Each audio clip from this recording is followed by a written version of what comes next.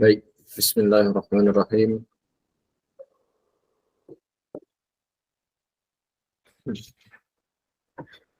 A'udzubillahi minasyaitonirrajim.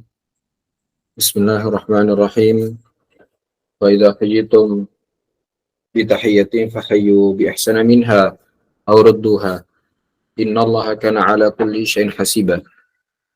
Wa hayyikum bi tahiyyatil Islam wa bi tahiyyatin ahlil jannah wa bi tahiyyatin min 'indillahi mubarakatan thayyibah. Tahiyyatuhum fiha salam. Sebelum saya memulai, ya izinkan saya untuk mengucapkan, untuk membuka dengan sebuah ucapan penghormatan, yaitu salam, ya penghormatan yang diucapkan oleh para penghuni surga, tahiyatan ahli jannah, gitu ya, penghormatan yang diucapkan oleh para penghuni surga. Semoga dengan senantiasa kita membiasakan itu, kita termasuk di dalam golongan orang-orang yang Allah masukkan ke dalam surganya. Salam yang di dalamnya itu terdapat banyak sekali mubarakatan thayyibah. Banyak terdapat keberkahan dan juga kebaikan dari sisi Allah. Ya maka dengan kita biasa senantiasa untuk mengucapkan salam ya di dalam apapun itu semoga Allah terus melimpahkan keberkahan dan juga kebaikan dan keberkahan di dalam kehidupan kita. Kemudian terkait dengan salam ini, Rasulullah Shallallahu Alaihi Wasallam pernah bersabda, "La tadkhuluna al-jannah hatta tu'minu, wa la tu'minu hatta tahabbu." Kata Rasulullah Shallallahu Alaihi Wasallam, kalian tidak akan masuk surga sampai kalian itu beriman. Kemudian lanjutlah Rasulullah, kalian tidak akan beriman sampai kalian itu saling mencintai. Kemudian kata Rasulullah, awala adullukum ala syai'in idza fa'altumuhu, maukah kalian aku ajarkan sesuatu yang kalau misalnya kalian senantiasa melakukan itu, kata Rasulullah Shallallahu Alaihi Wasallam, tahababatum, kalian itu akan saling mencintai. Apa amalan itu? Ya apa hal yang kemudian senantiasa harus kita lakukan? Ya agar tadi kalau dalam fase-fasenya atau tahapan-tahapannya bisa saling mencintai. Kemudian kalau saling mencintai bisa sempurna keimanannya. Kalau baik imanannya masuk surga gitu. Kata Rasulullah, afsus salama bainakum. Ya, tebarkan salam, sebarkan salam di antara kalian. Ya, jadi ini menjadi kunci dari ukhuwah Islamiyah. Ya, jadi salam ini adalah sesuatu yang menyatukan kita semua, yang akan menumbuhkan rasa cinta di antara sesama muslim, yang akan menyempurnakan keimanan kita, yang akan kemudian dengan iman itu, ya Allah memasukkan kita dengan rahmatnya ke dalam surganya Allah. Maka merugilah orang-orang yang tidak menjawabnya. Assalamualaikum warahmatullahi wabarakatuh. Waalaikumsalam warahmatullahi wabarakatuh.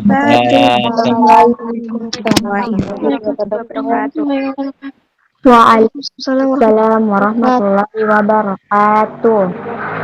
Waalaikumsalam warahmatullahi wabarakatuh. Waalaikumsalam warahmatullahi wabarakatuh. Oke, masih ada yang mau jawab lagi? Cukup. Waalaikumsalam warahmatullahi wabarakatuh. Oke. Ya. Alhamdulillahirabbil alamin. hamdan katsiran thayyiban mubarakan fih kama yuhibbu rabbuna wa yardah. Innal hamdalillah nahmaduhu wa nasta'inuhu wa nastaghfiruh wa na'udzu billahi min shururi anfusina wa min sayyiati a'malina. May yahdihillahu fala mudilla lahu wa may yudlil fala hadiya lahu. Asyhadu an la ilaha illallah wahdahu la syarika lah wa asyhadu anna Muhammadan abduhu wa rasuluh la nabiyya wa la rasula ba'dah. Allahumma salli wa sallim ala nabiyyina Muhammad wa ala alihi wa ashabihi wa man tabi'ahu bi ihsanin ila yaumil qiyamah. Amma ba'du. Ma'asyiral muslimin wal muslimat rahimani wa rahimakumullahu jami'an. Pertama-tama ya senantiasa kita bersyukur kepada Allah dengan begitu banyaknya limpahan nikmat yang Allah terus curahkan kepada kita hingga detik ini, ya terutama nikmat Islam dan juga nikmat iman, yang saya rasa itu adalah faktor utama kemudian Allah mempertemukan kita di siang hari ini. Ya mungkin kalau misalnya nikmat itu sudah tidak ada dalam hati kita, tidak ada dalam jiwa kita, itu saya rasa mustahil ya teman-teman bisa kemudian berkumpul di dalam ruang Google Meet ini, gitu ya. Kemudian juga nikmat hidayah, yang itu juga memiliki peranan yang cukup penting ya, menjadi faktor yang tidak terpisahkan dari iman dan Islam tadi, yang kemudian menjadi faktor paling kuat teman-teman hadir di dalam pertemuan ini. Maka kita harus kemudian bersyukur kepada Allah ya dengan terus menjawab panggilan keimanan itu, ya panggilan-panggilan hidayah itu, dengan terus menunaikan amal-amal kebaikan, ya terus menjauhkan segala sesuatu yang Allah itu nggak suka, segala sesuatu yang Allah benci. Kemudian salawat serta salam semoga selalu tercurahkan kepada Nabi Muhammad sallallahu alaihi wasallam beserta para keluarganya, sahabatnya, dan juga para pengikutnya istiqomah. Dan semoga kita semua termasuk ke dalam pengikutnya istiqomah di dalam mengikuti sunnah-sunnah yang beliau ajarkan, di dalam menapaki jalan-jalan dakwah, di dalam menaati ya jalan-jalan ketaatan kepada Allah Subhanahu wa taala. Iwafirah rahimanallahu jami'an. Saya bersyukur bisa bertemu dengan teman-teman semua. Semoga Allah memberikan keberkahan dalam pertemuan kita. Allah turunkan as-sakinah di dalam pertemuan ini. Allah curahkan rahmat di dalamnya. Kemudian para malaikat menaungi, dan disebutkan oleh Allah orang-orang yang hadir di pertemuan ini di hadapan para makhluknya sebagaimana sabda Nabi Muhammad SAW, "Ma'ijtama'a qaumun fi baitin buyutillahi yatluna kitaballah wa yatadarrasunahu illa nazalat 'alaihimus sakinah wa ghasyiyatuhumur rahmah wa haffathumul malaikah wa dzakarallahu fi man 'indah." Kata Rasulullah SAW, "Ma'ijtama'a qaumun," ya tidaklah berkumpul suatu kaum, fi baiti min buyutillah, di rumah dari rumah-rumah Allah, yang kemudian dijelaskan oleh para ulama bahwasannya ini nggak mesti diartikan ya, nggak mesti dalam masjid ya, bisa aja di ruang-ruang yang lain, bisa dalam kelas, bisa di rumah, bisa di gedung pertemuan, bisa di teras-teras rumah dan lain sebagainya, bahkan juga bisa kemudian dalam ruang-ruang online. Yang kemudian menjadi penting adalah selanjutnya, ya, yatluna kitaballah wa yatarasunahu. Yang di dalam forum-forum itu, yang di dalam pertemuan-pertemuan itu dibacakan di dalamnya ayat suci Al-Quran. Yang kemudian juga dipelajari. Mereka mempelajari itu. Ya, hingga kemudian illa nazalat 'alaihimus sakinah. Maka akan Allah turunkan ketenangan di dalamnya. Dan sakinah itu adalah bukan ketenangan yang tenang terus tidur ya, ngantuk, bukan. Ketenangan dalam hidup, ketenangan yang diturunkan adalah ketenangan dalam hidup. Dan ketenangan itu ya bukan sekedar tenang, tapi adalah kemampuan kita ya tetap tenang ketika badai-badai ujian itu menerpa kita. Ketika gelombang-gelombang besar cobaan yang Allah berikan dalam kehidupan ini ya menghampiri kita. Ketika dinamika dalam kehidupan yang menghantam bertubi-tubi dari atas, dari bawah, dari samping itu mengenai kita, kita masih bisa kemudian yang namanya sakinah, bisa tenang setelah itu. Jadi pentingnya kita ya selalu hadir dalam majelis-majelis ilmu, dalam forum-forum yang di dalamnya itu dibacakan ayat suci Al-Quran dan kemudian dipelajari, yaitu adalah ya Allah akan memberikan sakinah, ketenangan di dalam hidup kita. Kemudian wa ghasyiatumur rahmah, Allah akan curahkan rahmat bagi orang-orang yang hadir di dalamnya. Wa haffathumul malaikah, dan malaikat akan menaungi dengan sayap-sayapnya. Wa dzakarallahu fiman indah, dan Allah akan menyebutkan orang-orang yang hadir ya di hadapan para makhluk-makhluk yang mulia. Artinya Allah bangga gitu, orang-orang yang hadir ya, kemudian melawan rasa kantuknya, melawan rasa malasnya, ya melawan hal-hal lain yang kemudian sebenarnya teman-teman bisa menjalankan itu di saat yang bersamaan. Ya misalnya sekarang siang-siang gitu ya, enak banget buat tidur siang. Ya, tapi kemudian teman-teman harus buka handphonenya, ya kemudian gabung ke dalam link kajian, ya atau buka laptopnya dan sebagainya, perangkat-perangkatnya untuk kemudian ikut dengerin kajian. Artinya ada pengorbanan di sana. Ya jadi Allah bangga dengan orang-orang yang hadir itu. Kemudian dalam hadis Rasulullah juga menyebutkan, man salaka tariqan yaltamisu bihi ilman sarallahu lahu bi tariqin al-jannah. Kata Rasulullah sallallahu alaihi wasallam, barang siapa yang menempuh jalan untuk mencari ilmu. Jadi dia udah keluar ya mengusahakan dirinya bukan untuk apa tapi untuk mencari ilmu, kata Rasulullah akan dimudahkan jalan baginya menuju surganya Allah. Sehingga kata Imam Ibnu Rajab Al-Hambali dalam kitabnya itu menyimpulkan bahwasannya jadi salah satu jalan tercepat kita menuju surga itu adalah dengan menuntut ilmu. Terutama ilmu di dalam faqihu fiddin, di dalam kita memahami agama. Tapi bukan berarti kita cukup berhenti dalam ilmu itu saja, tapi seluruh ilmu. Ya, terkadang saya juga miris ya ketika banyak orang-orang muslim yang kemudian membatasi dirinya dari ilmu-ilmu selain itu. Sehingga kita melihat keterbelakangan umat Islam saat ini. Ya karena sangat anti dengan yang namanya kemajuan teknologi misalnya gitu. Kita tidak mempelajari dengan baik ilmu sains, kita tidak mempelajari dengan baik ya teknologi-teknologi, kita tidak mempelajari bagaimana hal-hal yang sebenarnya itu bisa ketika umat muslim mempelajari itu akan memudahkan umat muslim dalam beribadah. Ya, atau bahkan di dalam melindungi agamanya. Di dalam kemudian mensejahterakan masyarakat dan lain sebagainya. Ya, jadi Islam itu tidak mendikotomikan, tidak memisahkan antara ilmu agama dan juga ilmu dunia. Ya, jadi itu adalah cakupan-cakupan yang kemudian tidak batasnya. Tapi benar juga bahwasannya di dalam satu riwayat ya kama yuridillahu bi khairan fala tawaqqa fiddin. Kalau misalnya Allah menginginkan kebaikan pada seseorang, maka akan Allah pahamkan baginya terhadap agama. Ya, paham terhadap agama ini bukan hanya paham terkait dengan ilmu fikih tentunya, ya tapi juga secara kompleks dan komprehensif, secara menyeluruh ya. Artinya dia memahami kemudian di dalam agama misalnya ada yang namanya maqasidus syariah, ada namanya tujuan-tujuan beragama, misalnya ada hifzuddin, hifzun nasr, hifzun nafs dan sebagainya. Sehingga ilmu-ilmu lain itu perlu dikuasai untuk menunjang pemahaman tadi, untuk menunjang penjagaan-penjagaan yang baik tadi.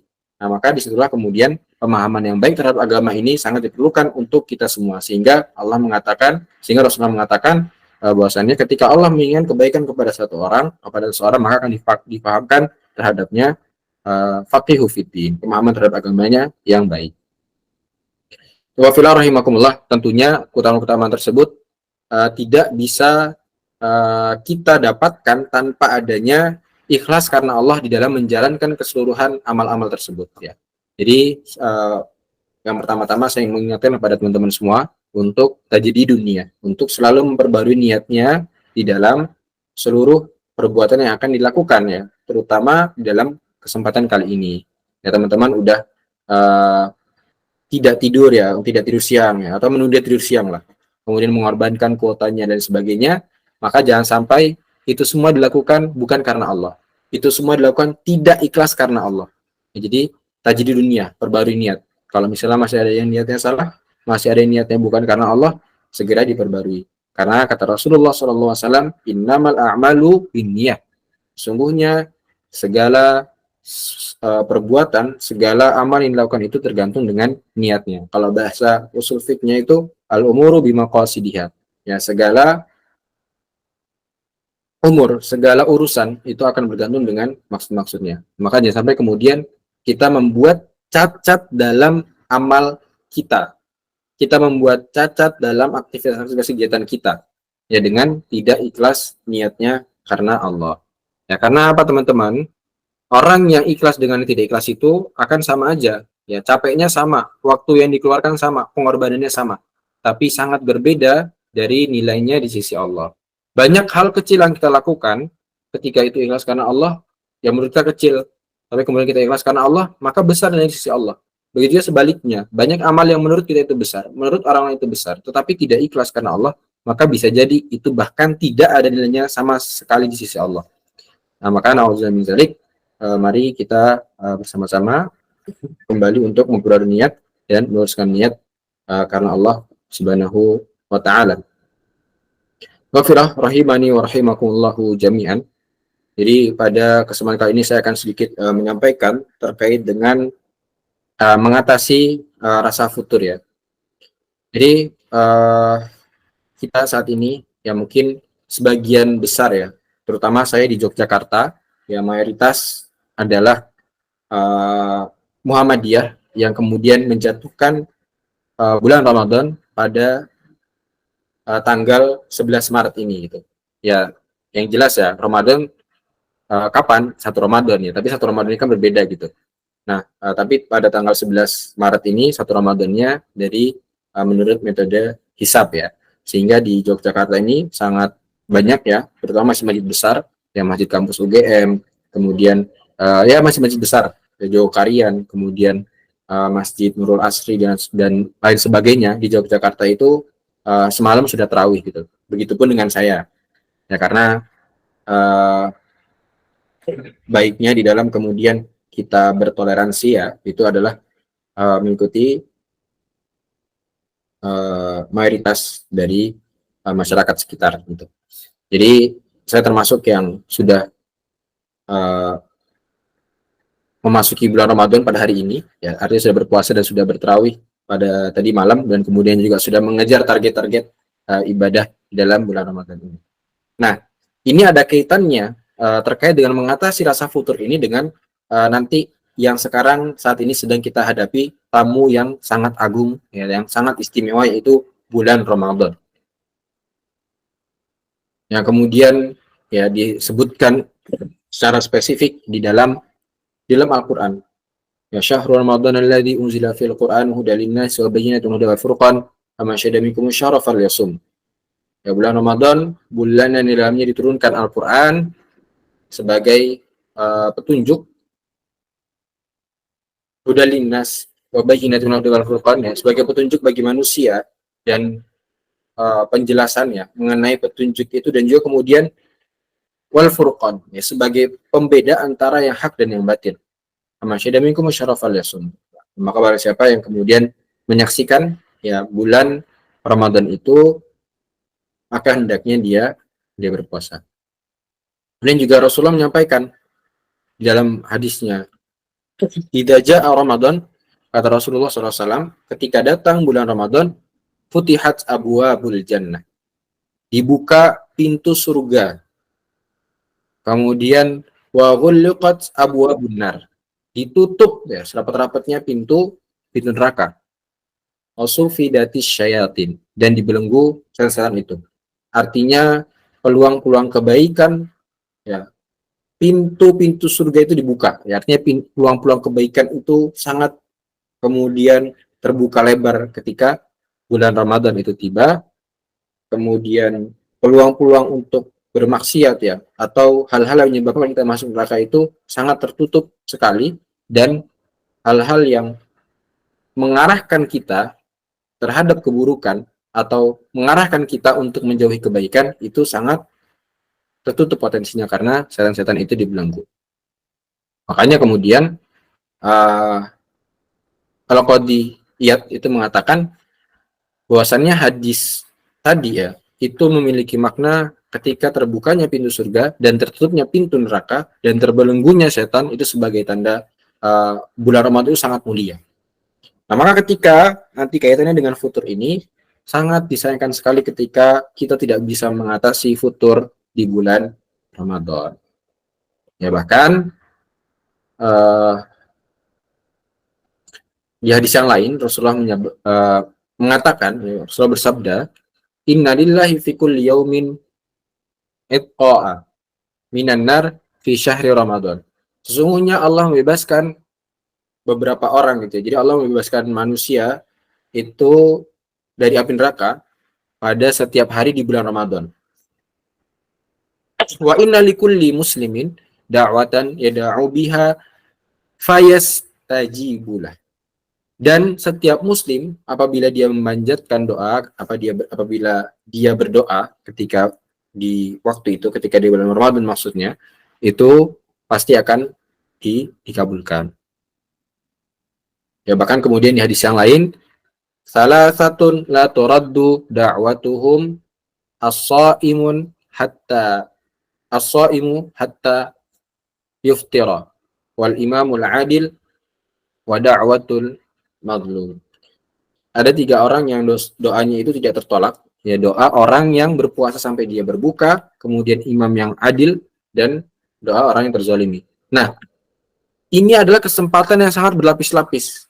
Di hadis sebelumnya dikatakan oleh Rasulullah itu di waktu Ramadan aja itu doa-doa itu dikabulkan. Ya, apalagi kemudian ditambah dengan orang yang berpuasa di bulan Ramadan itu lebih berlipat-lipat lagi. Ya, jadi di sini banyak sekali kemudian potensi-potensi, kesempatan-kesempatan yang Allah berikan kepada manusia-manusia, kepada para muslimin yang Allah berikan kesempatan memasuki bulan Ramadan, itu sangat banyak sekali kesempatan dalam kebaikan dan juga doa-doanya dikabulkan.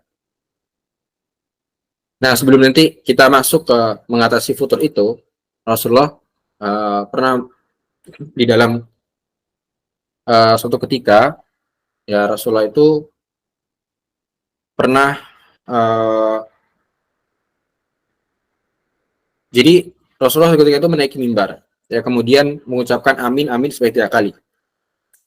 Terus ditanya oleh para sahabat, "Ma kunta tasna'u hadza?" Wahai Rasulullah, kok kamu kayak gitu? Padahal sebelumnya itu nggak pernah gitu. Jadi ya naik mimbar aja. Tapi ini ketika naik itu ngucapin amin amin terus gitu. Sampai-sampai ditanya oleh para sahabat, bingung ya sahabat. Kenapa kok Rasulullah beda dari biasanya gitu? Kemudian kata Rasulullah, qala li Jibril. Ya. Jadi pas aku naik mimbar itu, malaikat Jibril berkata kepadaku,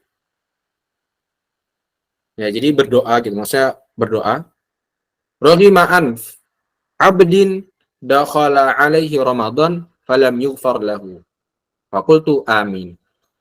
Jadi malaikat Jibril itu mengatakan kepada Rasulullah, sungguh sangat merugi ya. Raghima anf itu secara bahasa apa ya?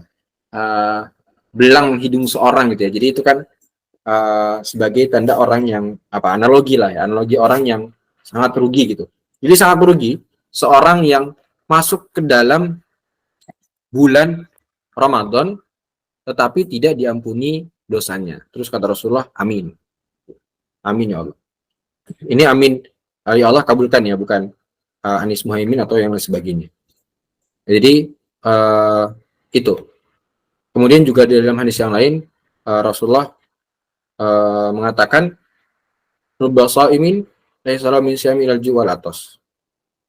Enggak sedikit dari orang-orang yang berpuasa itu dia tidak mendapatkan apapun dari puasanya kecuali hanya haus dan lapar. Nah, ini menjadi kemudian attention untuk kita semua, peringatan untuk kita semua. Ya jangan sampai kemudian nanti kita Allah kasih kesempatan nih yang sangat luar biasa. Ya tadi pintu-pintu surga dibuka, pintu neraka ditutup rapat-rapat, setan-setan dibelenggu, sangat banyak keberkahan, doa-doa semua dikabulkan, dosa-dosa diampuni, banyak orang-orang yang kemudian dibebaskan dari api neraka. pahala dilipat gandakan. Ya dalam satu hadis itu ada yang bunyinya kayak gini. Kullu amali bani Adam yudha'af al-hasanatu asyru amsalihha ila sab'imi'atin di'afin. Jadi setiap amal anak Adam ya atau setiap amal manusia itu akan dilipat gandakan 10 kebaikan yang semisal gitu. Jadi kalau misalnya nih sodakoh gitu, itu bisa dilipat gandakan, jadi paling nggak cuma satu tapi 10 kali gitu. Dari 10 kali sampai sabi'ami'ah, sampai 700 kali. Ini hadis qudsi ya. Qala Allah azza wa jalla illa shaum. Kemudian Allah mengatakan dalam hadis qudsi ini, kecuali puasa. Fa innahu li wa ana ajzibi. Sungguhnya puasa itu adalah untukku dan aku sendiri akan membalasnya. Ya, artinya unlimited. Lipat gan orang yang berpuasa itu pahalanya sangat unlimited, tidak terbatas dari 10 sampai 700 kali lipat tadi. Jadi sangat besar sekali. Dan inilah yang kemudian dikatakan oleh para ulama, salah satu dari 3 amal yang pahalanya itu akan sangat memberatkan di hari pertimbangan nanti gitu ya. Hari ditimbangnya manusia ketika di yaumil mizan. Ya karena tadi pahalanya itu tidak terbatas. Dan pahala puasa ini itu tidak akan Allah ambil ketika kita menzalim orang lain. Ya misalnya nanti naudzubillah min dzalik gitu ya, di yaumil akhir ya, ketika di hari pengadilan ada orang yang mengadu kepada Allah. Ya Allah, aku telah dizalimi oleh si fulan gitu. Maka aku berhak atas pahala dia. Nah, itu akan diambil dari pahala sholatnya, dari pahala sedekah dan sebagainya. Tapi tidak akan diambil dari pahala puasa. Nah, yang merusak pahala puasa ini adalah ya tadi ya, puasanya itu nggak benar. Dia cuma lapar dan haus, tapi tidak kemudian maksimal ya. Dia masih gibah, dia masih dan sebagainya. Jadi itu yang memberikan cacat pada pahala-pahala puasa. Nah, kemudian bagaimana ketika futur itu melanda ya? Di waktu-waktu yang kemudian sangat prime time sekali ya, sangat istimewa ini, yang bahkan kata Imam Al-Jauzi, itu kalau seandainya orang-orang yang sudah mati itu ya berangan-angan akan dibangkitkan, akan diberikan kesempatan hidup, ya mereka akan minta buat dihidupkan di bulan Ramadan gitu. Ya, karena tadi pahala itu nggak main-main, lipat gandakan ya. Yang biasanya kalau misalnya teman-teman ngaji itu 10 kali gitu, tapi ketika bulan Ramadan itu udah Allah tuh sangat udah ngasih apapun gitu ya, lipat gandakannya itu nggak terbatas sekali. Jadi udah nggak berlaku hukum biasanya. Makanya nanti kalau kita melihat kisah-kisah para salafus sholih ya, ketika bulan Ramadan itu sampai meliburkan kegiatan-kegiatannya gitu, yang biasanya ngisi ngisi kelas gitu, itu diliburkan, majlis-majlis diliburkan dan sebagainya. Bahkan bisa ya, Imam Syafi'i itu menghatamkan Al-Quran 60 kali di dalam bulan Ramadan. Begitu. Nah, jadi futur itu adalah rasa malas ya. Rasa malas dan juga lemah gitu. Setelah dan juga sebelumnya ada masalahnya dan juga semangat. Kalau dijelaskan di dalam Kamus Lisanul Arab, futur itu adalah diam setelah memiliki intensitas yang tinggi gitu, yaitu setelah melakukan usaha yang keras. Jadi setelah rajin terus males, nah itu namanya futur gitu. Bukan males tapi sebelumnya juga malas terus gitu, itu bukan futur. Jadi ada masa down-nya. Jadi setelah kita ya misalnya mobil ngebut terus kecepatannya melambat, nah itulah malas gitu. Itulah futur. Nah, futur ini juga merupakan penyakit yang kemudian dia biasa menyerang gitu ya orang-orang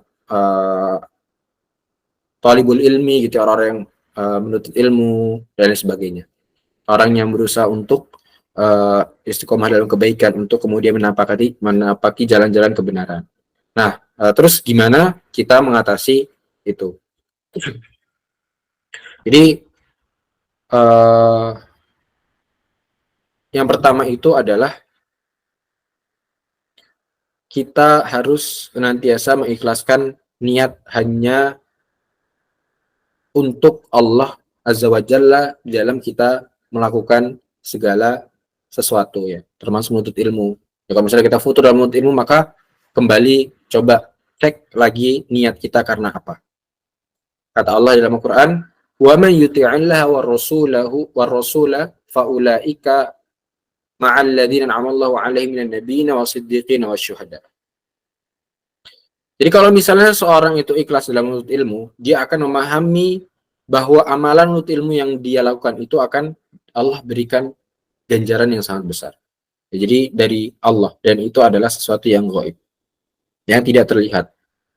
Dan dia juga akan memahami bahwasannya dia akan termasuk ke dalam tiga golongan, yaitu tiga derajat manusia dari umat ini, dan dia itu akan bangkit tadi dalam ayat tadi, wa may yuti'illah war rasula faulaika ma'al ladzina an'ama Allahu 'alaihim minan nabiyyin wasiddiqin wasyuhada. Barang siapa yang menaati Allah dan Rasulnya, maka mereka itu akan bersama dengan orang-orang yang Allah berikan nikmat. Siapa itu? Para nabi, para as-siddiqin, dan asyuhada, para syuhada. Kemudian yang kedua adalah selalu mengusahakan ya bersama dengan lingkungan yang memang semangat di dalam menuntut ilmu, ya, di dalam melakukan kebaikan. Ini konteks futur itu adalah ini ya, beramal dalam kebaikan. Ya kalau futur dalam maksiat itu bagus banget gitu, artinya dia mendapatkan hidayah gitu. Jadi futur itu adalah malas dari kebaikan, ya malas dari menuntut ilmu itu namanya futur, namanya malas, itu namanya futur gitu. Jadi dia coba ya menemukan gitu ya, mencari teman-teman yang bisa membantunya dalam berdiskusi, dalam kemudian membahas soal masalah-masalah agama, masalah-masalah ilmu. Jangan kemudian condong dari kita untuk meninggalkan kebersamaan dengan orang-orang tersebut gitu ya, yang senantiasa membantu kita dalam kebaikan.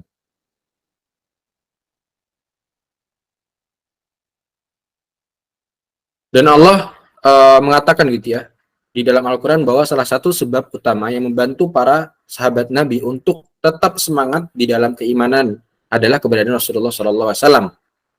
Ya Allah mengatakan, wa kaifa takfuruna antum tutla alaikum ayatullahi wa fikum rasuluh wa man ya'tasim billahi faqad hudiya ila siratim mustaqim. Bagaimana mungkin, ya artinya nggak mungkin gitu. Tidak mungkin kalian itu menjadi kafir, sedangkan ayat-ayat Allah dibacakan kepada kalian dan Rasul itu berada di tengah-tengah kalian. Dan barang siapa yang berpegang teguh kepada Allah, kepada agama Allah, maka sesungguhnya dia telah diberi petunjuk kepada jalan lurus. Jadi ini menjadi faktor utama juga gitu para sahabat menjadi sangat kuat sekali keimanannya. Di ayat yang lain Allah mengatakan, ya ayyuhalladzina amanu taqullaha wa kunu ma'as shadiqin. Wahai orang-orang yang beriman, bertakwalah kepada Allah dan hendaklah kamu bersama orang-orang yang shadiqin, orang-orang yang benar, orang yang jujur. Dan Nabi Muhammad SAW juga mengajarkan kita agar selalu bersahabat, gitu, berteman dengan orang-orang yang dapat memberikan kita kebaikan dan sering menasihati kita terhadap kebaikan. Karena dengan sahabat yang baik, ya yang akan membuat agama kita semakin baik. Ini sangat masyhur sekali hadisnya. Mungkin teman-teman juga dari kecil udah mendengar gitu ya, perumpamaan orang yang berteman dengan yang baik. Mathalul jalisis salih wal jalisis su kama thalis sahibil mis. Jadi perumpamaannya itu orang yang berteman dengan orang yang salih dan orang yang buruk itu seperti kita itu berteman dengan penjual minyak wangi, orang yang ya produsen minyak wangi, dan juga pandai besi gitu ya. Kalau misalnya yang orang soleh tadi itu dengan penjual minyak wangi, kalau misalnya nggak dihadiahkan dengan minyak wangi, pasti kita kecium bau wanginya gitu. Kalau pandai besi, ya kalau kita nggak mendapati kena percikan api gitu ya, jadi gosong, kena asap, ya minimal kita selalu nyium bau yang nggak enak. Lama-lama bau kita jadi nggak enak.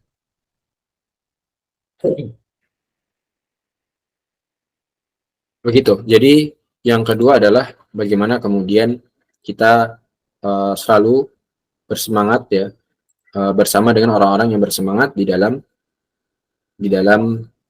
berkebaikan, di dalam menuntut ilmu, di dalam seluruh amal-amal soleh.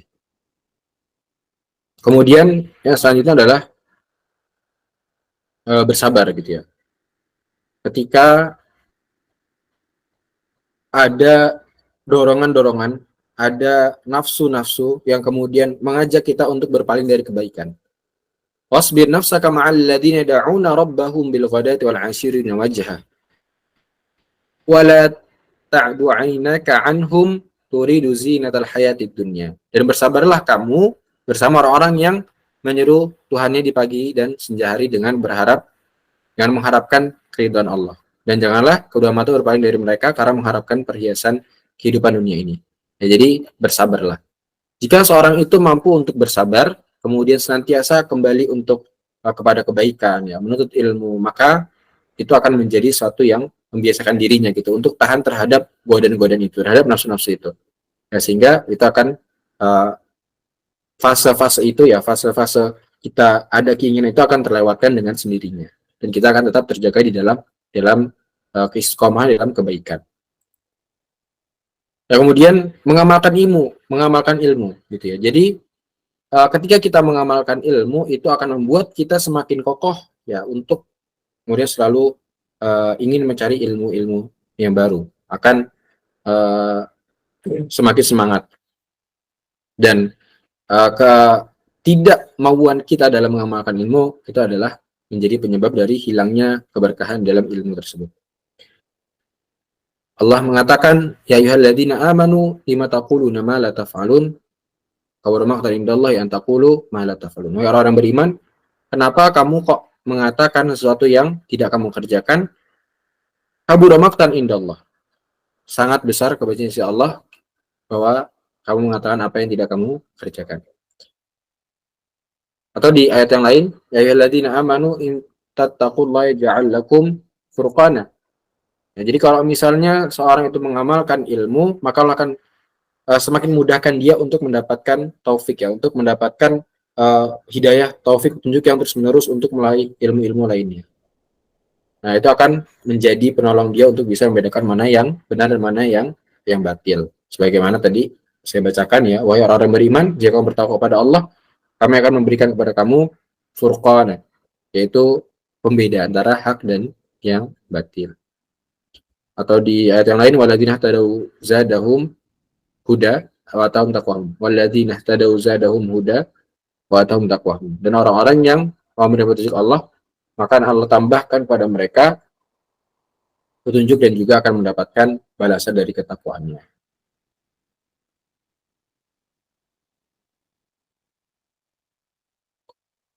Ya, yang mungkin ini yang terakhir ya, karena sudah 40 menit lebih. Ya, mungkin teman-teman juga banyak yang ingin melakukan aktivitas selanjutnya, yang baca Quran dan sebagainya.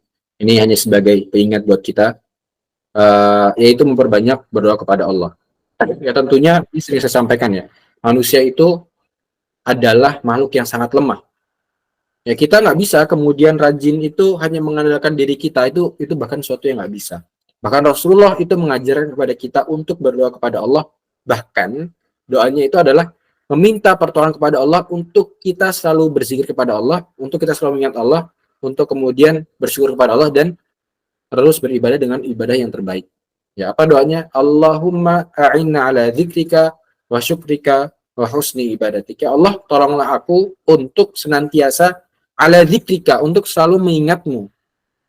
Wa syukrika, dan bersyukur atas apa-apa yang kau berikan kepadaku. Wa husni ibadatika, dengan kemudian beribadah dengan yang baik, dengan beribadah yang semakin baik. Jadi kita dalam beribadah, dalam kemudian berzikir kepada Allah, dalam bersyukur atas apa yang Allah berikan kepada kita, itu tentunya kita harus selalu mohon pertolongan kepada Allah. Dalam Al-Quran Allah memuji orang-orang beriman yang kemudian selalu berdoa kepada Allah untuk meminta keteguhan iman ya. Termasuk dalam hal ini adalah semangat di dalam kebaikan, di dalam belajar. Allah mengatakan, wa ka'ayyim min nabiyyin qatala ma'a ribbiyuna katsir fama wahanu lima asabahu fi sabilillah wa ma dha'afu wa mastakanu wallahu yuhibbus sabirin wa ma kana qawluhum illa an qalu rabbana ighfir lana dhunubana wa israfana fi amrina wa thabbit aqdamana wa sunna 'alal qawmil kafirin fa'atahumullahu thawabad dunya wa husna thawabil akhirah wallahu yuhibbul muhsinin.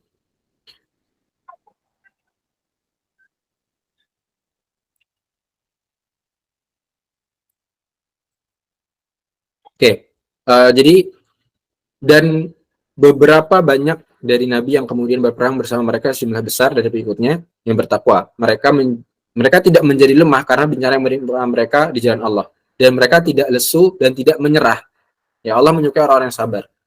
Tidak ada doa mereka selain ucapan Rabbana ighfir lana dzunubana wa israfana fi amrina wa tsabbit aqdamana wansurna 'alal kafirin. Ya Rabb kami, ampunlah dosa-dosa kami dan tindakan-tindakan kami yang berlebih-lebihan dalam urusan kami, dan teguhkanlah pendirian kami dan tolonglah kami terhadap orang-orang kafir. Nah, karena itu Allah kemudian fa'atahumullahu thawabad dunya wa husna thawabil akhirah. Dan karena itu Allah memberikan kepada mereka pahala dunia dan pahala yang baik di akhirat. Dan Allah menyukai orang-orang yang berbuat kebaikan. Dan salah satu doa yang paling sering dipanjatkan Nabi, ini kata riwayat dari Ummu Salamah, adalah ya muqallibal qulub tsabbit qalbi 'ala dini. Wahai zat yang membolak-balikan hati manusia, teguhkanlah hatiku di atas agamamu. Mungkin itu, semoga yang sedikit ini ya bisa memberikan keberkahan dan kebermanfaatan untuk kita semua. Semoga terus semangat ya di dalam beribadah di bulan Ramadan ini. Jangan sia-siakan kesempatan yang Allah berikan. Ya, bahkan tadi di awal saya sampaikan ya, orang yang udah mati itu kalau dia berangan-angan ya, kalau misalnya dikasih kesempatan hidup itu dia minta untuk dihidupkan di bulan Ramadan. Ya, untuk beribadah gitu, karena sangat besar sekali dan ini sangat spesial gitu. Mungkin satu kisah ya sebelum saya tutup. Jadi ada salah seorang sahabat namanya Tolhah.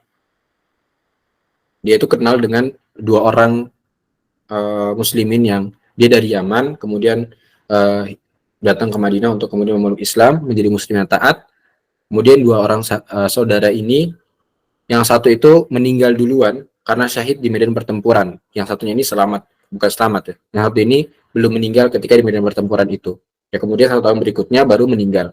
Dan meninggalnya itu bukan karena syahid di jalan Allah, tapi yang meninggal biasa. Gitu. Kemudian suatu ketika sahabat ini Tolhah menemui mereka berdua dalam mimpi. Yang di dalam hadis itu digambarkan ya, adalah sesuatu yang tempat sangat indah. Sampai-sampai kemudian Tolhah itu mengira bahwasanya itu adalah surga. Di luar surga. Jadi dia melihat ada sesuatu yang indah, kemudian dipanggil lah satu orang itu. Dan yang membuat Tolhah ini kaget, yang pertama dipanggil itu bukan orang yang syahid tadi, tapi orang yang meninggal belakangan. Kemudian baru setelah jarak yang cukup lama, baru dipanggil orang yang mati syahid. Kemudian bingung Tolhah itu ketika bangun dari mimpinya, bertanya kepada sahabat yang lain, tapi nggak ada yang tahu, nggak ada yang memuaskan lah jawabannya. Gitu. Sampai-sampai kemudian Rasulullah mendengar cerita itu dan dipanggil Tolhah. Kemudian Rasulullah mengatakan, apakah kamu tidak memasukkan ya pertimbangan amal-amal perbuatan kebaikan yang dilakukan oleh sahabat yang satu lagi ini, yang tidak meninggal ketika perang atau tidak syahid dengan Allah ini, tapi dia Allah berikan kesempatan hidup 1 tahun lagi dan memasuki bulan Ramadan itu gitu. Nah, jadi bahkan ya teman-teman, sahabat dua orang bersaudara tadi itu derajatnya jauh lebih tinggi ya, ketika dia mampu untuk memanfaatkan dengan baik bulan Ramadan. Ya, derajatnya bahkan katanya dalam hadis disebutkan bainas sama iwal ard gitu, antara langit dan bumi derajatnya, karena mampu memanfaatkan dengan baik kesempatan yang Allah berikan ya, terkhusus dalam bulan Ramadan. Nah teman-teman, ingat tadi ya 5 hal untuk mengatasi kefuturan kita, terutama dalam bulan Ramadan ini. Semoga bermanfaat untuk kita semua. Allah berikan keberkahan. Berkah itu adalah ziyadatul khair, artinya bertambah kebaikan, dan kita tidak kendor di dalam beramal sholih. Mari berlomba-lomba dalam menggapai ridha Allah, dalam maksimalkan kesempatan ini dalam Ramadan ini. Barakallahu fikum. Hadallahu wa iyyakum ajmain. Allahumma waffiq ila aqwamit thariq wallahu a'lam bishawab. Monggo kalau misalnya ada diskusi dan tanya jawab, dipersilahkan. Masya Allah, syukron, tabarakallah, Masya Allah, tabarakallah, jazakallah khairan kasiran Ustadz. Muhammad Asri karena telah memberikan ilmunya yang luar biasa untuk kita semua. Semoga ilmunya dapat bermanfaat bagi orang lain. Semoga selalu dalam kebahagiaan, keamanan, dan keberkahan Allah Subhanahu wa Ta'ala. Amin. Untuk acara yang selanjutnya, Ana serahkan kepada Ukhti Isma. Tafadholi masykurah. Nah, syukron atas kesempatannya. Acara selanjutnya yaitu sesi tanya jawab. Kami ambil 7 pertanyaan tercepat dengan ketentuan sebagai berikut. Yang pertama, sebelum bertanya silahkan untuk salam dan perkenalan diri.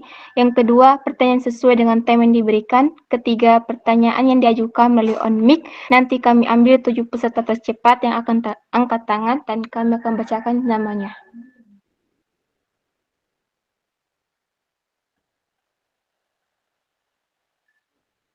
Kami persilahkan kepada Ukti Tia Setiawati.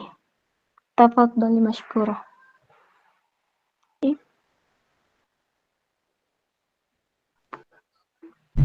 Assalamualaikum warahmatullahi wabarakatuh. Perkenalkan, saya asal dari Cililin, Jawa Barat. Di sini, Ustadz, saya ingin bertanya, bagaimana cara mengatasi futur yang tiba-tiba datang dan kadang hilang? Sudah, terima kasih.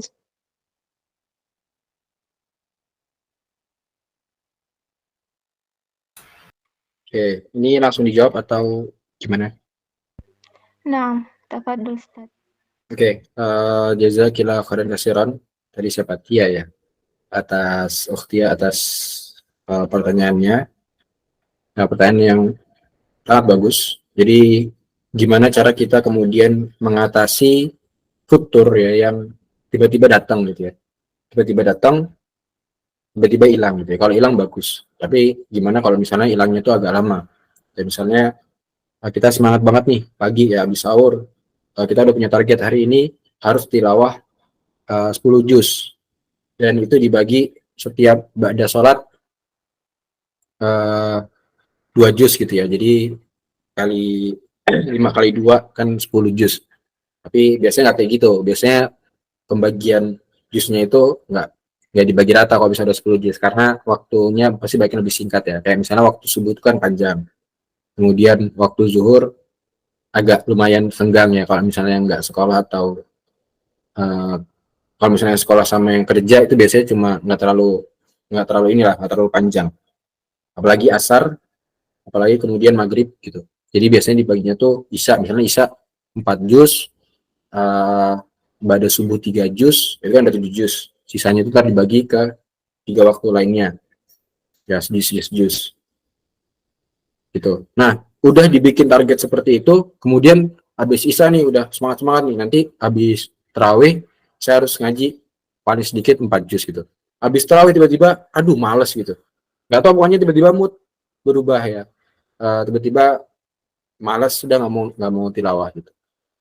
Nah, gimana cara kita mengatasinya? Ini teknis banget ya karena soal prinsip-prinsipnya tadi udah saya sampaikan 5 hal tadi ya. Itu bisa teman-teman usahakan ya, cari teman-teman yang baik yang bisa terus ngingetin gitu. Tapi ini teknis.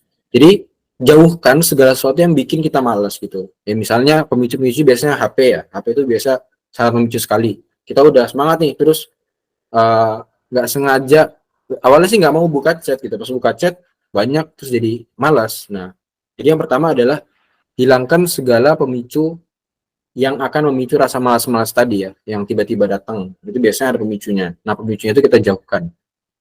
Ya, dalam hal apapun itu jauhkan gitu.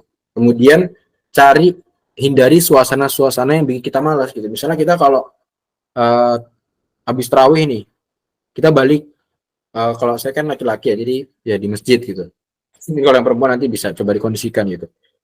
Saya akan lebih bersemangat kalau misalnya lingkungannya itu tentram dan mendukung ya. Biasanya saya sukanya itu di masjid yang terbuka. Jadi terbuka atau tertutup sekalian tapi tetap tenang gitu. Jadi kalau ngaji itu nggak keganggu banyak orang ngobrol berisik dan sebagainya. Nah, itu hindari suasana yang bikin kita malas dan cari suasana yang bikin kita itu bersemangat di dalam melakukan suatu amal kebaikan.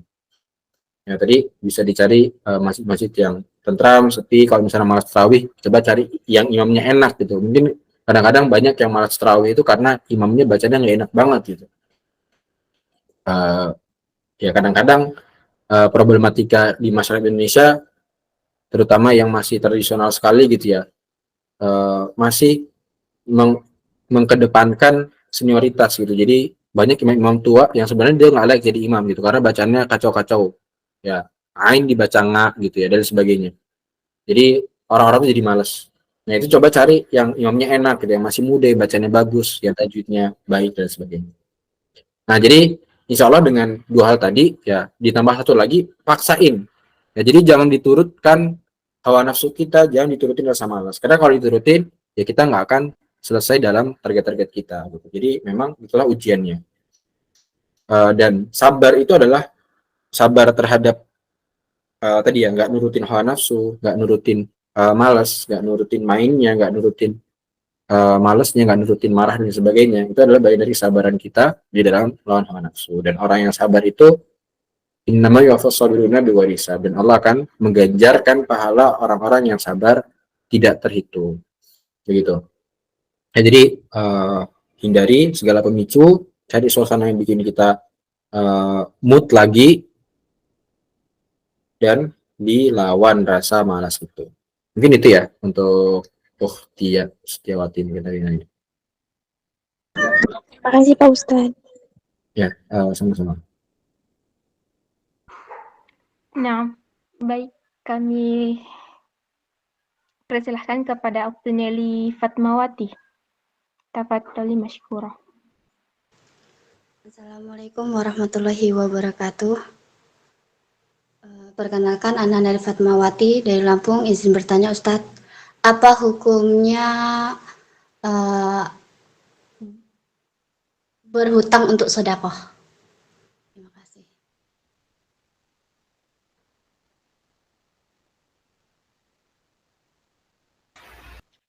Oke, jazakillah khairan katsiran. Oh, Nelly ya. Jadi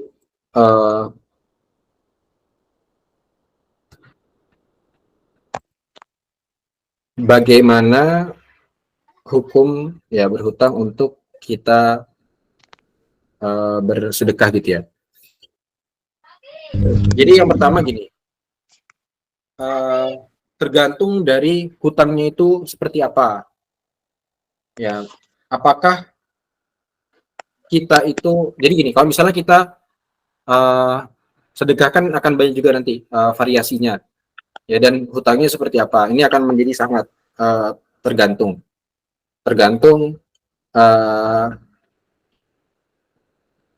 ya tergantung nanti hukumnya seperti apa. Ya, misalnya gini, saya coba ambil sebuah contoh aja gitu. Nanti mungkin sebenarnya ada case, kalau nanti bisa diperjelas case-nya seperti apa bisa diperjelas gitu. Karena ada seorang yang dia itu punya banyak hutang gitu ya, dia udah punya hutang, dan hutang itu kan adalah sebuah kewajiban yang dia harus lunasi gitu. Ada skema pembayarannya, misalnya sudah ada skema pembayarannya. Nah, di sisi lain gitu, dia ingin membantu seorang yang ya biasa-biasa aja sebenarnya. Dia nggak bantu biasa aja, nggak dibantu biasa aja. Ya terus dia menghutang kembali buat bersedekah. Nah, maka ini hukumnya nggak boleh karena dia punya kewajiban untuk membayar dulu hutangnya yang sudah jatuh tempo itu. Gitu. Jadi prioritasnya adalah membayar hutang yang memang sudah ada skema pembayarannya dan itu kewajiban dia gitu. Ya, sedangkan sedekah itu adalah sunnah gitu. Dan itu adalah bayar hutang hukumnya wajib. Nah, tapi kalau misalnya kasusnya kita nih bersih gitu ya, bersih dari hutang. Tapi biasanya jarang ya orang yang benar-benar berhutang terus dia berhutang buat sedekah itu biasa jarang. Artinya dia bersih, dia nggak ada hutang sama sekali, ya dia berkecukupan, ya tapi dia mau sedekah karena misalnya nggak bawa duit, jadi dia ngutang dulu ke temennya gitu. Ya itu boleh gitu, karena dia mampu dan di dalam perjanjiannya dia tidak ada yang dilanggar gitu. Itu boleh. Ya kayak misalnya saya nih saya nggak ada utang sama sekali, terus lagi jalan keluar tapi ya emang jalan aja niatnya jogging gitu ya. Jadi nggak bawa dompet, nggak bawa apapun, terus ada orang yang membutuhkan di jalan gitu, misalnya melihat anak kecil uh, kasihan gitu ya, jualan tisu misalnya, lapar, terus nggak sengaja ngobrol, pastinya ternyata belum makan, kasihan, tapi kita nggak bawa duit, akhirnya kita sedekah beliin dia makan, tapi kita nggak bawa duit, kita akhirnya ngutang ke teman, ya itu boleh. Nanti bilang ke teman, nanti di rumah saya ganti gitu, atau nanti saya transfer, saya nggak bawa duit cash, ya itu nggak apa-apa. Ya makanya tadi dalam berhutang ini akan sangat tergantung sekali gitu, gitu Afwan ya. Ustaz, Jadi tergantung gimana. kalau misalnya kita berhutang untuk tasyakuran seperti tahlilan gitu gimana Ustadz? Oke. Kita bersih dari hutang, tapi kita berhutang untuk suatu syukuran tahlilan untuk memperingati misal orang tua kita yang mati, begitu. Gimana? Oke. Ya ini sebenarnya ya nanti ini kembali ya. Saya tidak mau berdebat terlalu panjang terkait dengan hukum tahlilan dan sebagainya, itu ya tergantung teman-teman lah. Tapi ya anggaplah tasyakuran ya, atau misalnya walimah, atau misalnya dan lain sebagainya, yang itu sebagai nanti ya ini agak kompleks kalau saya jelaskan hukumnya secara jelas itu dari aspek usul fikih dan sebagainya. Tapi selama memang itu tidak memberatkan, artinya dia mampu untuk membayarnya. Ya tadi kan terbebas dari hutang nih, artinya dia secara pengelolaan keuangannya baik gitu. Jadi nggak ada track record pailit di dalam pinjam meminjam. Bahkan dia nggak ada track record atau terbebas dari hutang. Artinya dalam pengelolaan keuangannya baik, ya cuma ada sesuatu yang mungkin itu di luar dari kebiasaan dia sehingga harus membutuhkan support dana lebih. Nah, ketika memang itu nanti skema pembayarannya jelas gitu, artinya dalam misalnya gini, ya dia punya penghasilan ya, misal 20 juta sebulan gitu. Nah, tiba-tiba tadi harus tasyakuran, kayak bukan tasyakuran, ya anggaplah pokoknya hal yang tadi lah ya, entah itu tahlilan, entah itu tasyakuran, entah itu walimah dan sebagainya, misal 100 juta, ya, tapi dia nggak ada 100 juta gitu, terus dia minjem 100 juta.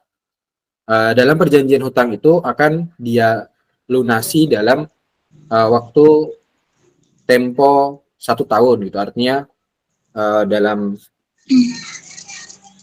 1 tahun dicicil ya setiap bulannya 10 juta gitu ya. Ya, kan kalau 10 bulan itu udah 100 juta. Nah, dalam logikanya dia mampu untuk membayar itu, skema pembayarannya, cicilannya 100 juta selama 1 tahun, karena penghasilan dia 20 juta gitu. Itu nggak masalah gitu. Bisa-bisa aja. Yang nggak boleh itu ya ketika memang dia itu benar-benar nggak mampu dalam pelunasan, tapi memaksakan hutang sehingga nanti ya banyak pihak-pihak yang dirugikan gitu. Dan itu bukan ya situasi yang memang apa ya, sangat darurat lah. Artinya dia nggak sebenarnya nggak butuh-butuh banget hutang gitu yang besar. Ya ini tadi kembali bisa disesuaikan gitu. Hutangnya berapa, kemampuan bayarnya berapa, skema pembayarannya gimana gitu. Nah, syukran jazakallah khair, Ustaz. Ya. Dan biasanya dalam hutang piutang kan biasanya ada sesuatu yang menjadi underlying ya, ada penjaminan gitu. Nah itu mungkin juga bisa menjadi sesuatu yang bisa menjadi pertimbangan. Ya artinya misalnya gini, jadi ada aset-aset yang likuiditasnya itu rendah, kayak misalnya tanah ya. Kadang orang-orang itu minjem bukan karena nggak punya harta, tapi nggak punya duit cash gitu. Jadi dia minjem. Ya misalnya tadi dia tuh punya tanah banyak, tapi nggak punya duit cash. Sedangkan menjual tanah itu butuh waktu. Jadi tanahnya itu sebagai penjaminan hutang. Tapi nilai tanahnya itu misalnya gini, dia punya tanah nilainya itu 200 juta, tapi kan jual tanah nggak secepat jual emas gitu. Tapi dia punya value, punya nilai yang setara dengan hutang itu. Jadi kalau misalnya dia gagal dalam pembayaran, ada penjaminannya. Dan sama-sama ridho gitu orang yang pinjam dengan yang meminjamkan. Kayak gitu. Ya nanti ini fikih muamalah lebih panjang lagi ya, tapi tadi lah singkatnya seperti itu. Nah, Ustaz, syukran atas penjelasannya. Kami beralih ke pertanyaan ketiga kepada Ukti Mita Afriani. Tafadhol. Udah ya tadi. Assalamualaikum warahmatullahi wabarakatuh. Perkenalkan, nama saya Mita Priani, saya berasal dari Sulawesi Tengah. Ustadz, saya mau bertanya, jika kita punya utang sama keluarga, baru kita lupa cara ganti, misalnya kita lupa berapa yang kita pinjam sama keluarga itu, apakah kita boleh melebihi berapa yang kita pinjam ketika kita mau membayar? Cukup Ustadz, syukron. Oke, jazakallahu khair kasiran. Ini jadi ke fikih muamalah ya, yang apa? Jadi di dalam hutang itu kan memang ya harus sesuai gitu. Ya kan nanti kalau dalam definisi riba juga sebenarnya penjelasan ulama tuh banyak. Bahkan ada beberapa ulama yang tidak mendefinisikan, ya ulama sepakat riba itu haram. Ulama sepakat itu. Dan definisi riba ya itu ya ada pelipat gandaan atau nanti definisi secara istilahnya misalnya penguasaan harta seorang dengan cara yang zolim gitu. Misalnya tadi minjem 100 tapi minta dibalikinnya 200 ribu, atau minjam 200 juta minta dibalikin 400 juta. Itu kan ada ribanya di sana. Ya, tapi soal bank itu nanti ada beberapa ulama yang juga berbeda pendapat gitu. Kalau misalnya karena bank itu dia bukan orang per orang, sehingga ada butuh gaji karyawan, penyewaan tempat, bayar bangunan, pembukuan dan sebagainya. Sehingga ada beberapa ulama yang berpendapat bahwasanya bank itu ya nggak termasuk riba karena ya itu buat jasanya gitu, buat gaji karyawan dan sebagainya. Tapi kita keluar dari tadi ya. Jadi kalau soal lupa hutang, ini makanya di dalam Al-Quran itu ayat terpanjang tentang hutang ya. Teman-teman coba bisa lihat gitu. Di sana perintahnya adalah kalau misalnya hutang, maka harus dicatat gitu, harus ada pembukuannya, harus dicatat dengan baik, bahkan harus ada saksinya gitu. Itu secara detail ya, itu termasuk yang cukup detail diterangkan dalam ayat itu, panjang, satu halaman paling panjang itu tentang hutang. Ya, sehingga yang seperti ini tuh tidak terjadi gitu. Ya bahkan tadi dalam hutang itu harus ada pencatatan, harus ada saksinya, bahkan ketika pembayaran juga ada saksinya gitu. Ya itulah Islam yang mengatur dengan kompleks. Karena ini urusan antar manusia, agar tidak ada kemudian perselisihan yang bisa, bahkan orang karena duit kan bisa sampai bunuh-bunuhan dan sebagainya. Nah, ya saya rasa kalau soal ini ya bisa coba diperjelas gitu. Kalau misalnya memang kedua belah pihak lupa, ya kalau misalnya dia bayar lebih kan berarti tahu utangnya berapa gitu. Ya maka dipastikan kalau bayar lebih kan berarti tahu lebihnya berapa gitu. Ya berarti nggak lupa gitu. Nah kalau lupa itu kan dia nggak tahu utangnya berapa gitu. Gitu ya. Jadi bisa dipastikan kedua belah pihak dan sama-sama ridhonya itu berapa. Ridho ini dalam artian bukan kemudian ini ya, oh kalau riba sama-sama ridho berarti nggak apa-apa. Bukan seperti itu. Tapi kan ini kasusnya lupa. Misalnya saya utang sama adik saya gitu, lupa nominalnya. Saya tanya, saya pernah utang ya? Iya tapi lupa berapa. Ini pure lupa gitu. Kemudian sama-sama atau ya lebih baik sebenarnya diikhlaskan karena itu nanti jadi sedekah, dan orang yang mengikhlaskan hutang itu pahalanya besar, sangat besar. Tapi kalau misalnya emang nggak mau diikhlaskan, ya kita tanya aja gitu mau dibayarnya berapa. Seperti itu. Mungkin itu lebih baik. Karena kalau misalnya tadi pakai kita diksi dilebihkan aja gimana, itu kan berarti nggak lupa gitu. Karena kita tahu lebihnya berapa. Gitu, paham ya? Jadi kalau misalnya kalau bayar hutang terus lupa dilebihin, berarti kan itu nggak lupa, kita ingat. Gitu. Ya mungkin seperti itu. Makasih Ustaz, syukron. Nah, selanjutnya pertanyaan keempat kepada Ukti Silvi Rahmawati. Tafadhol mashkur. Assalamualaikum warahmatullahi wabarakatuh. Perkenalkan, nama saya Silvi Rahmawati. Izin bertanya, Ustadz, misalkan kan teman saya ada utang ke saya. Nah, saya nih orangnya kan nggak enakan, jadi nggak enak mau nagih gitu. Tuh dapat dosa nggak, Ustadz? Syukron.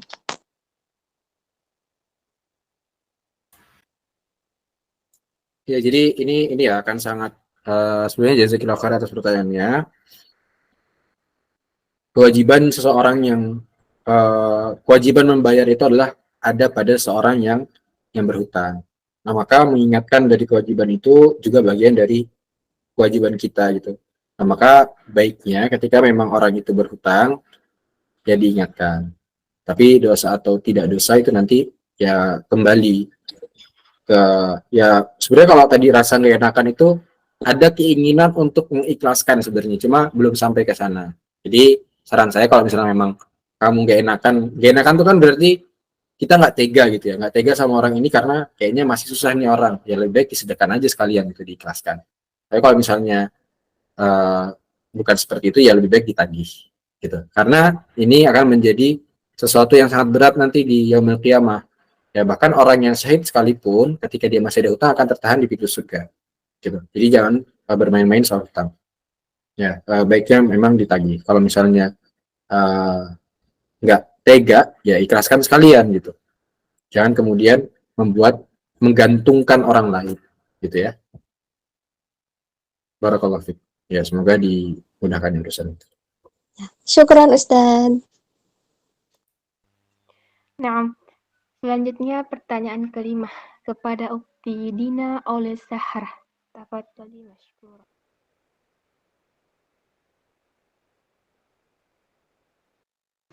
Baik, Assalamualaikum warahmatullahi wabarakatuh. Afwan, Ana izin bertanya Ustadz, apa yang bisa dilakukan untuk menghadapi ketidakpastian politik, ekonomi, atau lingkungan masa depan? Syukran.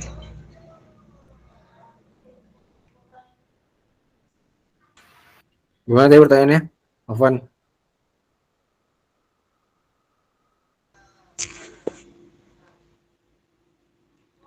Apa yang bisa dilakukan untuk menghadapi ketidakpastian politik, ekonomi, atau lingkungan masa depan? Oke.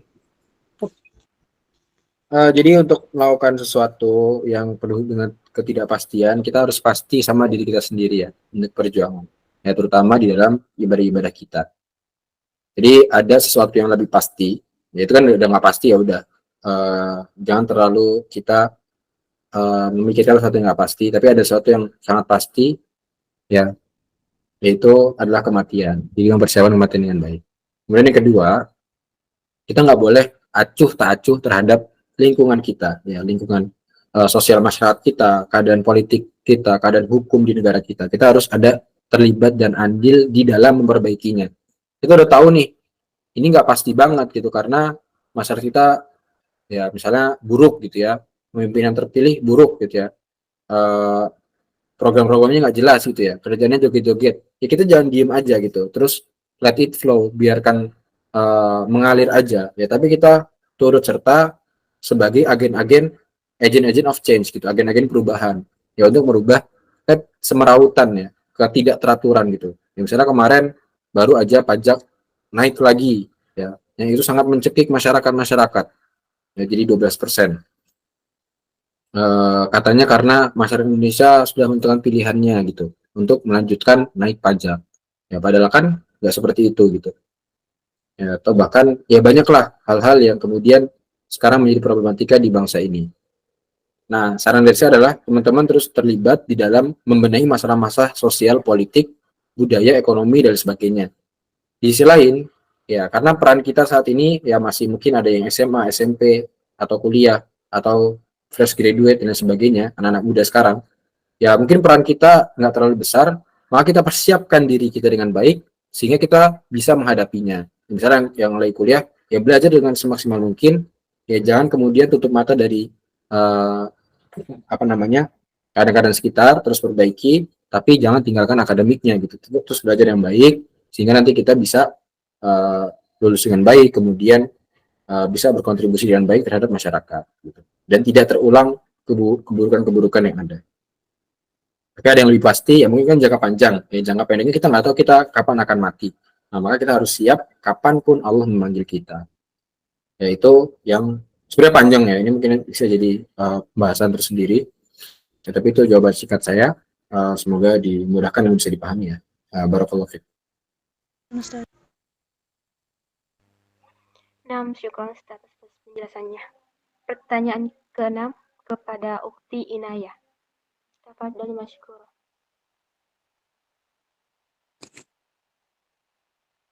Syukron Kak. Bismillahirrahmanirrahim. Assalamualaikum warahmatullahi wabarakatuh. Perkenalkan, nama saya Inayah. Saya izin bertanya Ustadz, bagaimana caranya agar seseorang dapat memperoleh ketenangan ketika seorang tersebut dihadapkan dengan permasalahan-permasalahan yang membuat ia itu cemas dan panik sehingga tidak ada ide yang dapat keluar gitu dari pikirannya karena pikirannya itu kosong gitu Ustaz. Itu saja. Wassalamualaikum warahmatullahi wabarakatuh. Oke, jazakallahu khairan, cara kita agar mendapatkan ketenangan gitu ya.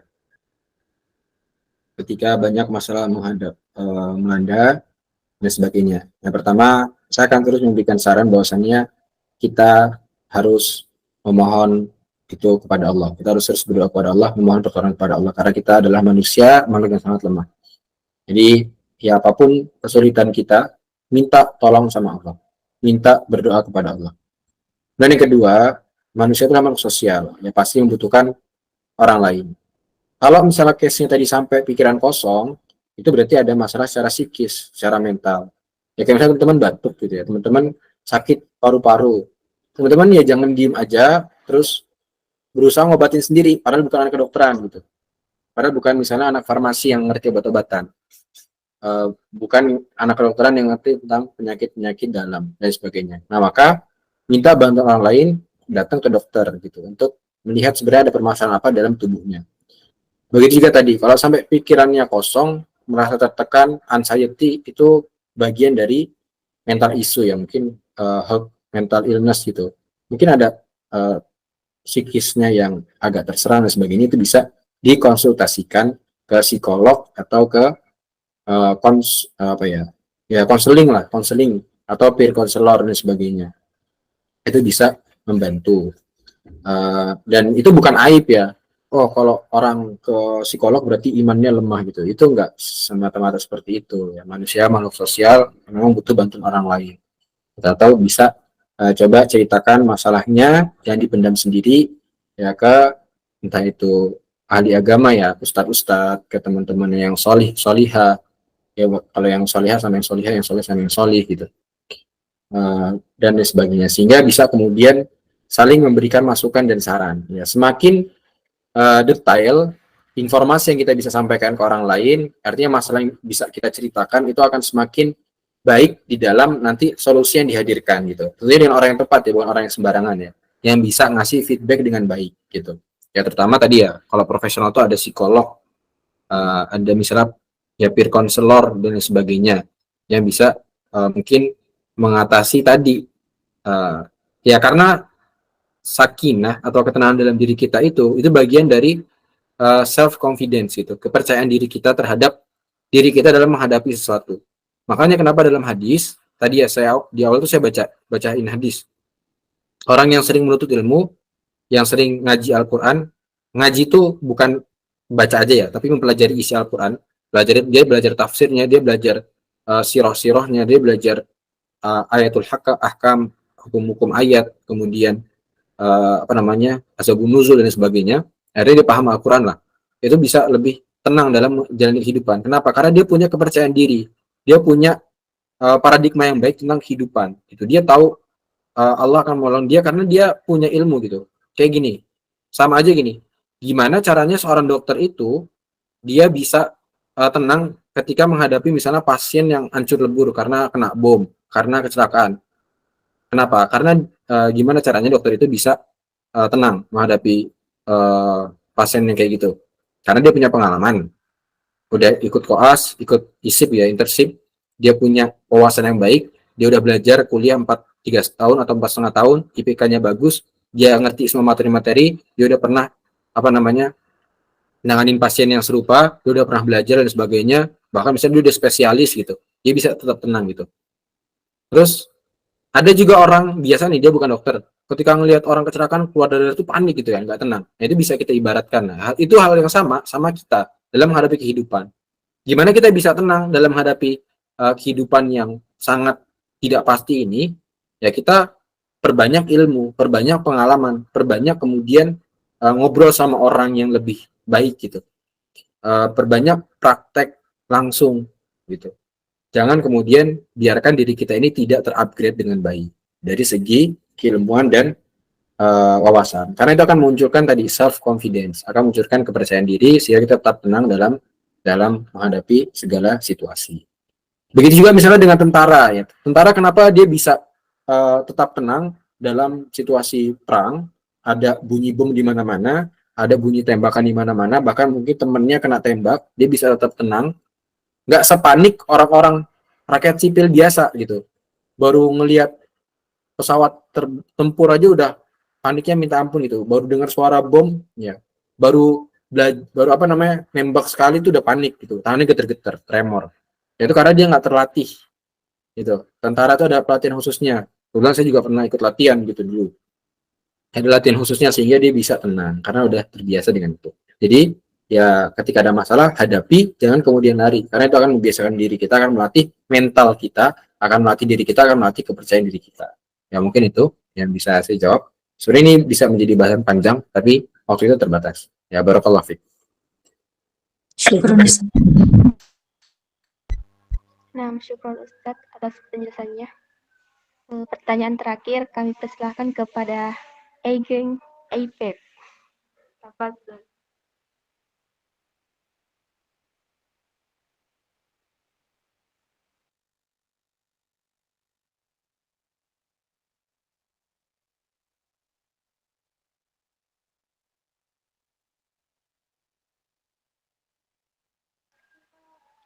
Kepada Ageng Aipep tadi. Tafadhol. Assalamualaikum warahmatullahi wabarakatuh. Perkenalkan, nama saya Ageng Prakoso, Ustadz dari Jambi. Izin bertanya, Ustadz, bagaimana cara gimana ya, mengobati rasa sakit hati, penyakit hati, Ustadz? Maksudnya itu seperti egois, sifat iri, dengki, dan hasad. Gimana, Ustadz, caranya? Tipsnya, Ustadz. Terima kasih. Oke, jazakallah khairan kasiran ya Ageng. Untuk mengobati hati ya Imam An-Nawawi pernah memberikan tips and trick di dalam kitabnya namanya At-Tibyan Al-Adabu fi Amalil Quran, itu terkait dengan obat hati ya. Mungkin teman-teman juga udah sangat hafal gitu ya.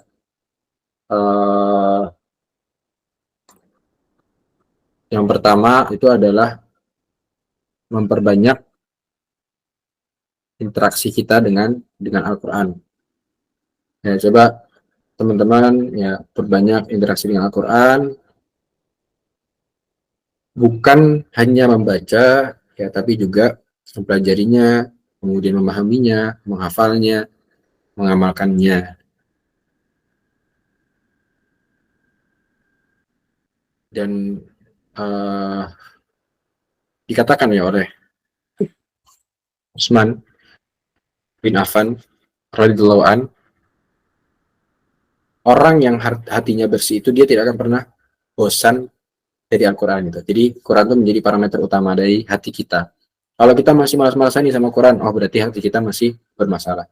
Oh kita sering jadi gampang jengkel sama orang, gampang dengki, gampang iri. Berarti itu lebih sakit lagi tuh. Itu udah jadi sakit hati, bukan kotor lagi, tapi udah sakit. Namanya itu harus diobati. Ya tadi banyak interaksi dengan Al-Quran. Kemudian qiraatul Quran bitadabbur gitu ya, membaca Al-Quran dengan mentadaburinya. Kemudian yang kedua adalah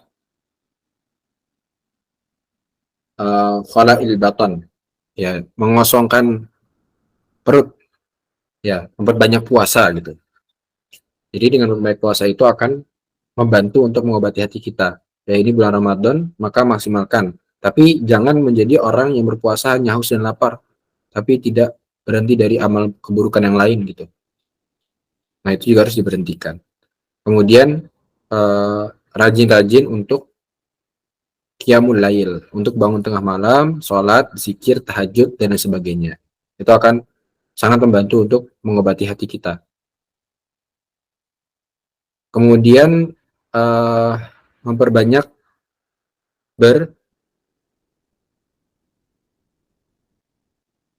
beristighfar ya ketika sahur, ketika di akhir malam. Ya, itu akan membantu untuk membersihkan hati. Kemudian terakhir adalah memperbanyak majelis-majelis dengan orang solih. Karena kesolihan itu menular ya. Kebaikan itu akan menular, tabiat baik itu akan menular sebagaimana tabiat buruk. Jadi kalau dalam perkataan ulama itu ada su'ul khuluq ya. Su'ul khuluq, perangai yang buruk itu menular. Begitu juga perangai yang baik itu akan menular.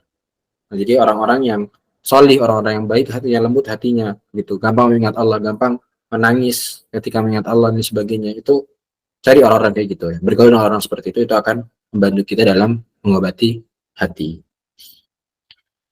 Dan itu perlu kita usahakan. Ya, jadi jangan kemudian dikira ya namanya obat ya. Obat itu pasti nggak enak rasanya, ya pahit gitu. Itu di awal kan seperti itu ya. Mungkin terasa malas baca Quran, terasa membosankan, tapi itulah yang akan mengobati hati kita. Nah, ini konteksnya ya hati tadi ya. Mungkin kalau sakit hatinya karena diputusin dan sebagainya gitu ya, itu beda hal ya. Tapi ini itu juga bisa menjadi ini ya, menjadi penenangnya lah. Tapi itu jadi beda, berarti beda konteks. Gitu. Mungkin tadi bisa diatur 5 obat tadi dan bisa diterapkan dalam keseharian. Ya, sekata itu. Untuk jawabannya. Wassalamualaikum warahmatullahi wabarakatuh. Waalaikumsalam warahmatullahi wabarakatuh. Mungkin ini ya bisa dicoba. Saya rasa biar teman-teman bisa tilawah. Nanti yang ada pertanyaan yang lain bisa DM ke IG saya aja, biar tidak terlalu lama karena apa namanya, mungkin yang lain pengen tilawah dan sebagainya untuk mengejar target-target Ramadan. Nanti yang masih ada pertanyaan atau tadi ada yang bertanya dan kurang terjawab bisa langsung DM IG saya, bisa follow IG saya dan DM. Ini saya nggak bisa tulis di kolom chat IG saya, tapi kayaknya di tag juga di akunnya sahabat Fisabilillah. Jadi bisa langsung DM aja, nanti insya Allah saya jawab kalau ada waktu. Ya, mungkin itu. Jazakumullah khairan katsiran.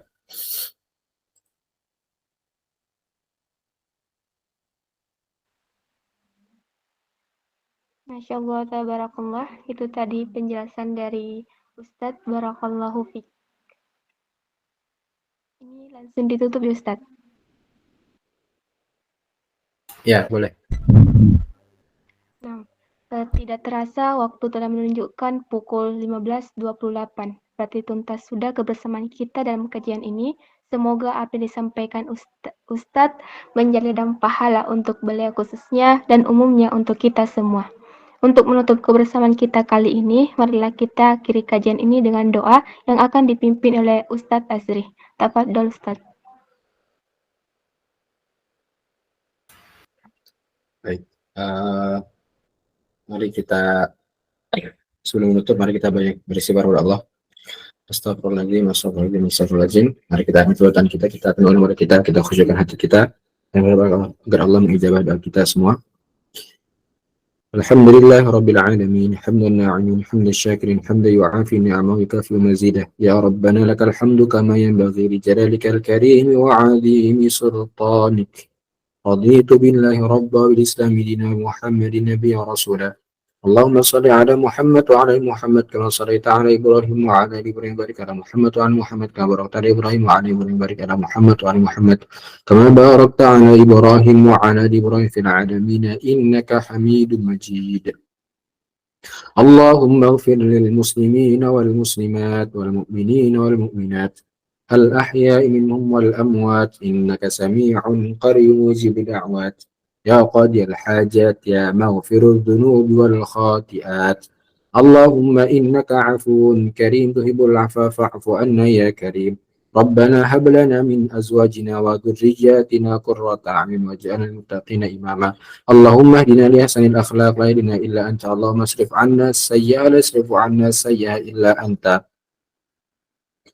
اللهم إنك تعلم أن هذه القلوب قد اجتمعت على محبتك والتقت على طاعتك وتوحدت على دعوتك وتعاهدت على نور شريعتك فوثق اللهم ربطتها ودمدها ودي سبلها واملأها بنورك الذي لا يحوى واشرح صدور فاضل الإيمان بك وجميل توكل عليك وهي معرفتك ومت على شهد في سبيلك إنك نعم المولى ونعم النصير. اللهم آمين. وصل اللهم على سيدنا محمد وعلى آله وصحبه وسلم. سبحان ربك رب العزة عما يصفون وسلام على المرسلين والحمد لله رب العالمين. Amin. Barakallahu fikum. Assalamualaikum warahmatullahi wabarakatuh.